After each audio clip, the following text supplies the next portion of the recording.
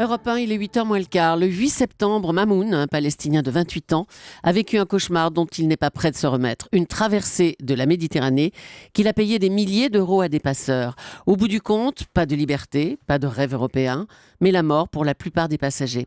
Mamoun, qui se trouve aujourd'hui à Malte, dans un centre de rétention, est votre invité Thomas pour l'interview vérité d'Europe 1. Bonjour Mamoun. Sabah al-Nour. Bonjour. Vos passeurs vous ont fait quitter Gaza le 2 septembre. Vous êtes passé par l'Égypte avant d'embarquer sur une plage d'Alexandrie.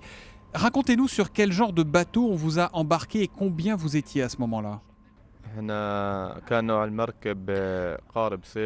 C'était un bateau de pêche. On était entre 350 à 400 personnes, alors que l'embarcation ne pouvait contenir plus de 150 à 200 personnes. Ça veut dire qu'il y avait du monde partout, que le bateau était surchargé, dans les cales, sur le pont, partout? Tout à fait, c'était bien comme ça. Le voyage se passe mal avec les passeurs qui, une fois en mer, vous font changer plusieurs fois de bateau pour des embarcations à chaque fois plus dangereuses. Vous finissez par refuser collectivement. Qu'est-ce qui se passe alors au moment où vous dites non à vos passeurs? Nous avons refusé d'embarquer sur le dernier bateau car c'était une toute petite embarcation qui ne pouvait nous contenir tous. Mais là, vous êtes en pleine mer quand on vous transvase d'un bateau à l'autre? Tout à fait, on était dans les eaux internationales.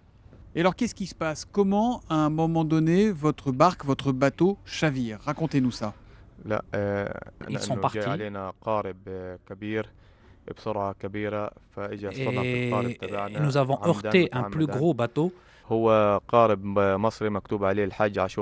C'était un bateau égyptien avec le nom Hajj Ashur Rezek. Et ils nous ont heurtés et ils se sont assurés que le bateau avait coulé et s'était assuré que nous étions condamnés à mort. Et j'ai perdu mon beau-frère et mon neveu dans cet accident. Ça veut dire que ce bateau égyptien est venu pour vous heurter, pour couler votre bateau et reparti? Tout à fait, tout à fait. Mais qui était aux commandes de ce bateau? Vous le savez? Ce sont vos passeurs? Qui vous a coulé?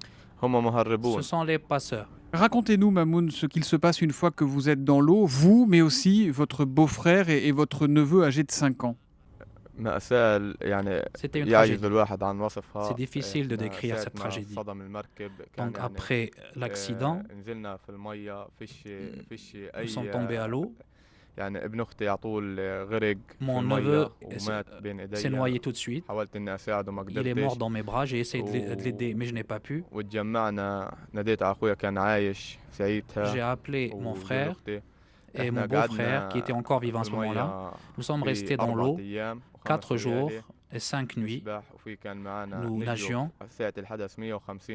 Nous étions 150 lors de l'accident. Après un jour, une partie était déjà morte. Et nous étions restés à 6.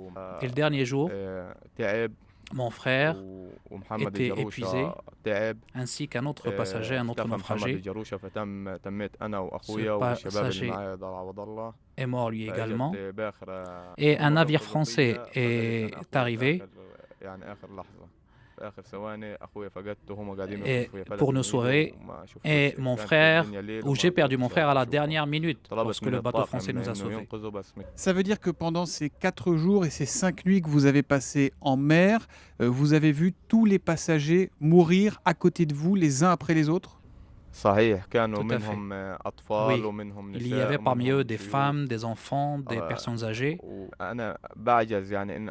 Et c'est très difficile pour moi de vous décrire ce que j'ai vu. Chaque minute, chaque seconde, on perdait quelqu'un. Des enfants de 2 ans et demi, de 3 ans, de 5, 6, 4 ans. C'était horrible, c'était plus que ce que je ne peux décrire. La mort nous a arraché les personnes les plus chères. C'était une vraie tragédie, très douloureuse. Et je ne peux pas vous décrire mes sentiments. C'est inimaginable.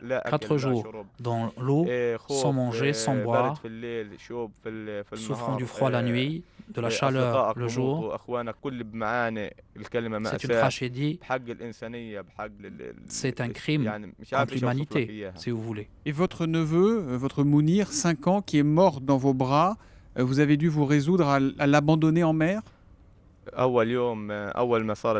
Dès que l'accident est arrivé, je l'ai tenu dans mes bras. Il était encore vivant. J'ai essayé de l'aider à respirer. J'ai essayé de l'aider, mais malheureusement, Dieu a voulu autrement. Il est mort. Il est resté 1 heure dans mes bras après sa mort.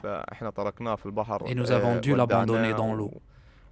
Vous avez encore des rêves, Mamoun, aujourd'hui? Vous espérez quoi? Vous demandez quoi après ce cauchemar que vous avez vécu?